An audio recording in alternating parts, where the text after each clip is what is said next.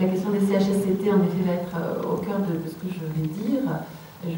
Étant dans le troisième débat, je m'étais dit que ce que je dirais serait largement en fonction de ce qui sera dit avant sur cette question. Ce matin, on a évoqué, on a prononcé le mot, on a évoqué la question des CHSCT, mais la discussion n'a pas eu lieu. Or, moi, j'ai une question à poser à tout le monde, que je me pose à moi-même, hein. Donc je vais la poser. Mais avant d'arriver à ça, je profite effectivement du débat précédent pour dire que j'ai l'impression que ce que je vais dire, comme sans doute ce que nous allons dire à cette table ronde, s'inscrit dans le bel horizon qui a été défini tout à l'heure par Geneviève. Je trouvais ça assez remarquable. Je crois que ce qui nous motive tous, c'est transformer le travail, mais ce qui nous motive tous ici, hein, transformer le travail avec l'horizon qu'a donné tout à l'heure Geneviève, notamment cet objectif très concret qui serait la désintensification du travail tel qu'on le connaît aujourd'hui. Je trouve ça une très belle idée, très concrète, très manipulable en quelque sorte dans les entreprises et dans l'action syndicale ou revendicative. Donc l'horizon, c'est celui-là.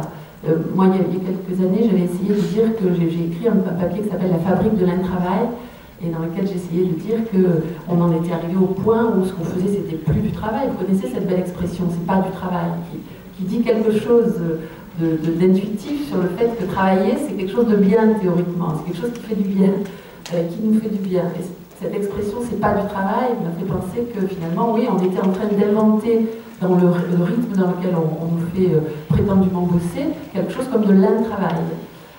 L'expression n'a pas fait Flores, mais je ne désespère pas. Je pense qu'on est vraiment en train de jouer contre notre camp. Les humains sont en train de jouer contre eux-mêmes et qu'il faut le faire savoir. Cela dit, bon, je dirais que, juste de façon générale, donc, à la fois loin et dans le propos enfin, comment dire, rejoignant le propos précédent quand même, mais dans un autre style, on va dire, moi je dirais qu'on est en démocratie lorsque le salarié aura exactement le même intérêt que l'être humain. Enfin, je veux dire que les deux, il n'y aura pas de différence entre les deux. Quand on vient dans l'entreprise, c'est un être humain qui vient dans l'entreprise, il travaille pour lui, il travaille pour nous. C'est aussi une autre façon de définir l'horizon, en quelque sorte. Et pour l'instant, on est dans la rupture complète entre, d'un côté, ce qui se passe à l'intérieur de cet espace clos, plus ou moins opaque, comme peut l'être Lactalis, mais bon, globalement, un espace clos, et puis cette demande d'ouverture, qui est le fait même d'être un humain, qui ne peut exister que par la coopération, la rencontre avec l'autre, etc. Bon, ça, c'est l'horizon. Maintenant, la question que je souhaite poser, moi, dans cette discussion, c'est comment on y va? Comment on y va? Parce que la démocratie, ça n'est pas seulement un objectif, c'est un mouvement, un peu comme le communisme, un peu beaucoup. C'est un mouvement, c'est quelque chose qui... On peut discuter longtemps pour savoir si on est, à quel degré on en est ici de la démocratie. On n'est quand même pas au degré zéro, on va dire. On a des points d'appui. Donc il s'agit quand même aussi de faire avec ce qu'on a, pas forcément à partir de ce qu'on a, mais avec ce qu'on a. Enfin, en tout cas, je suis de ceux et de celles qui pensent que faut pas jeter ce qu'on a sous le prétexte qu'on aimerait avoir infiniment plus. Et donc, cette question du comment on va, pour moi, elle fait bugger, elle me fait bugger, concrètement, sur l'absence de... Non, j'exagère, je suis Marseille. Sur la très faible réaction concernant la suppression des CHSCT, parce qu'on nous parle de fusion des CHSCT, on va laisser tomber fusion des instances, pardon, on va laisser tomber cette expression euphémistique et mensongère. On est devant la suppression des CHSCT et de l'autre instance représentative, que sont les délégués du personnel. Alors il y a eu des déclarations de toutes les organisations syndicales, elles sont toutes contre. Enfin quand même, des déclarations, des pétitions en ligne.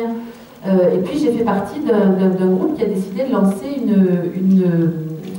une action, un rassemblement national, qui s'est appelé Assemblée nationale pour les CHSCT, qui s'est tenu un lundi, le 4 décembre. C'était un lundi parce qu'on n'avait pas le choix de la date, c'était ici, à la CNF.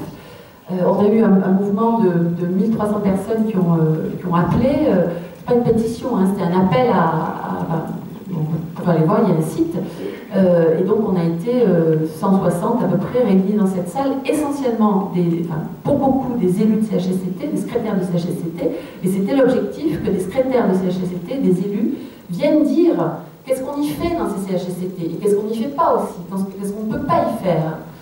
Eh bien, ce mouvement-là a été soutenu officiellement et complètement par Solidaire, soutenu également par des organisations catégorielles de la FSU ou de la CGT, catégorielle ou locale, mais pas de soutien ni de la CGT en tant que confédération, ni de la FSU en tant que fédération, les autres organisations aux abonnés absents, pas de réponse. Bon, et ça a donné une journée assez passionnante, je dois dire, enfin pour ceux qui y étaient, vous direz aussi, mais une journée assez passionnante, je crois, où on a eu des témoignages d'élus de CHSCT, dans le cadre que je viens de dire, c'est-à-dire ce qu'on y fait, ce qu'on n'y fait pas, ce qu'on aimerait y faire et qu'on n'arrive pas à y faire, mais ce qu'on construit dans les CHSCT, tous disant c'est pas possible qu'on laisse partir comme ça en fumée cet outil. Mais bon, on était quand même que 160, ça n'a pas été le raz-de-marée, donc quand même une vraie question qui nous laisse entre deux eaux.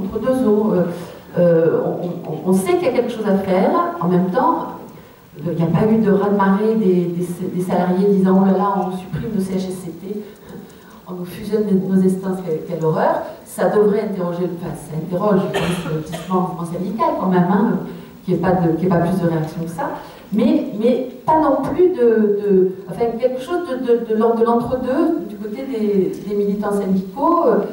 On est contre, mais en même temps, d'où part le mouvement qui va, je sais pas, organiser la réaction, fait quelque chose de bizarre, quoi. Alors moi, je bug parce que j'ai l'impression dans cette affaire en fait, le gouvernement Macron, on a souvent dit que c'est un style de gouvernement qui est complètement managérial. Il dirige la France comme il dirigerait une entreprise, Macron. Et effectivement, on se trouve devant le même système où on décide il décide qu'il faut changer.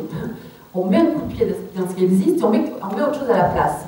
Et en tant qu'analyste du travail, intervenant dans les entreprises, combien d'interventions j'ai faites autour de ça, cette façon pour les nouveaux directeurs d'arriver et hop, de balayer ce qui était avant eux et de décider qu'on transforme l'organisation et voilà. Et puis débrouillez-vous avec ça. Et on sait tous que l'une des raisons du fait que le résultat, c'est que les organisations sont complètement délétères, on ne sait plus où on en est, parce qu'on a supprimé des choses qui sont... On supprime des instances sur des papiers, enfin on supprime des organisations sur des papiers, mais l'organisation elle reste dans la vie, la façon de travailler elle reste dans la vie. Ce qui se passe aujourd'hui dans la façon de travailler, c'est le résultat de X réorganisations successives où on a changé des choses, on a laissé des choses de côté, mais on a aussi gardé beaucoup de choses, on les a réinvesties, on les a fait passer par d'autres biais, enfin, ce qui fait que dans la plupart des organisations, on ne sait plus où on en est, tout ça parce qu'on n'a pas évalué ce qui partait. Donc, ce matin, quand j'ai entendu Éric Ménel, qui a soutenu le mouvement du 4 décembre, que je l'appelle comme ça, dire, bon finalement, il a dit comme ça, mais j'ai entendu, finalement, c'est pas une très grande catastrophe non plus, la suppression des CHSCT. Tout est relatif, oui, enfin, oui, on peut dire que c'est pas une catastrophe. La question, c'est qu'est-ce qu'on perd avec cet instrument-là? Qu'est-ce qu'on perd? Et que va-t-il se passer si on ne se rend pas compte de ce qu'on perd, de ce qui ne sera plus possible parce que les CHSCT n'existent plus et qu'il va falloir réinventer, et je dirais s'épuiser à réinventer, alors qu'on a un actif considérable. Tout à l'heure, Yves Clos disait qu'on n'a pas d'espace de concertation sur les critères de qualité. C'est vrai que les CHSCT n'ont pas devenus, n'ont pas eu le temps de devenir, en tout cas dans l'immense majorité des cas, des endroits où on débat des critères de qualité. Néanmoins, le CHSCT, dans beaucoup d'entreprises, c'est un endroit où on discute du travail réel, ça a été dit ce matin, du travail tel qu'il se fait, et où on a découvert, et où on a fait découvrir ce qu'on a appelé ce matin le travail réel, l'écart entre le travail prescrit et le travail réel. C'est pour beaucoup par les CHSCT qu'on a fait progresser cette connaissance du réel des entreprises. Les CHSCT ont la possibilité, alors qu'on disait ce matin, les organisations syndicales ne peuvent plus réunir les salariés les élus de CHSCT, ils peuvent, quand ils veulent, aller rencontrer des salariés hors délégation et les faire discuter de leur travail. Et pas seulement faire une petite enquête avec quelques questions, mais organiser de vrais débats sur le travail. Autre exemple, on évoquait la question du nucléaire tout à l'heure. Si on faisait sortir des entreprises tout ce qu'on sait, tout ce que savent les salariés, et notamment tout ce qui est sorti par l'intermédiaire des rapports d'expertise, mais pas seulement, de dizaines, de centaines, de milliers de réunions et de comptes rendus de réunions des CHSCT, ce qu'elles disent du réel des entreprises. Si on faisait sortir tout ça, qu'on le mettait en commun, qu'on le rendait public, c'est considérable ce qu'on a à dire de ce qui se passe dans les boîtes. Tout ça, qui le récupère? Qu'est-ce qu'on en fait? C'est pas des questions abstraites, c'est extrêmement concret. Comment on s'y prend? La première question, c'est quoi? On est d'accord pour que tout ça, ça s'envole, ça s'évapore. Si on n'est pas d'accord, qu'est-ce qu'on fait? Qu'est-ce qu'on fait? Il y a une organisation là aussi, je reprends le terme, il y a quelque chose à construire de l'ordre de comment on passe dans ce nouveau contexte, puisqu'on n'a pas réussi à empêcher les ordonnances, comment on passe dans ce nouveau contexte qui est la création d'un CSE, dans lequel, alors ça, jamais on n'aura le même niveau de prise en charge des questions de santé au travail qu'on avait auparavant avec les autres instances, parce qu'on aura moins d'élus, et parce que c'est pas possible que quelques élus portent toutes les questions, et parce que la réalité aujourd'hui, on la connaît, on sait qu'il y a effectivement contradiction entre l'économique et le social dans l'entreprise. On peut se dire que ça ne devrait pas être comme ça, c'est comme ça. On peut se dire que ce sera mieux si des élus s'occupent de tout, parce que théoriquement, ça devrait être la même chose, mais ça n'est pas la même chose. Il y a contradiction. Il y a même tension entre des élus de CHSCT et des élus de comité d'entreprise. Le débat aussi, on parlait Yves Clos ce matin, il faut l'avoir cette discussion, ça ne disparaîtra pas parce que le même élu va s'occuper de tout. C'est le même élu qui va tout porter, qui va porter toutes les contradictions, toutes les tensions. C'est infaisable. Donc j'en appelle à cette discussion sur comment on fait.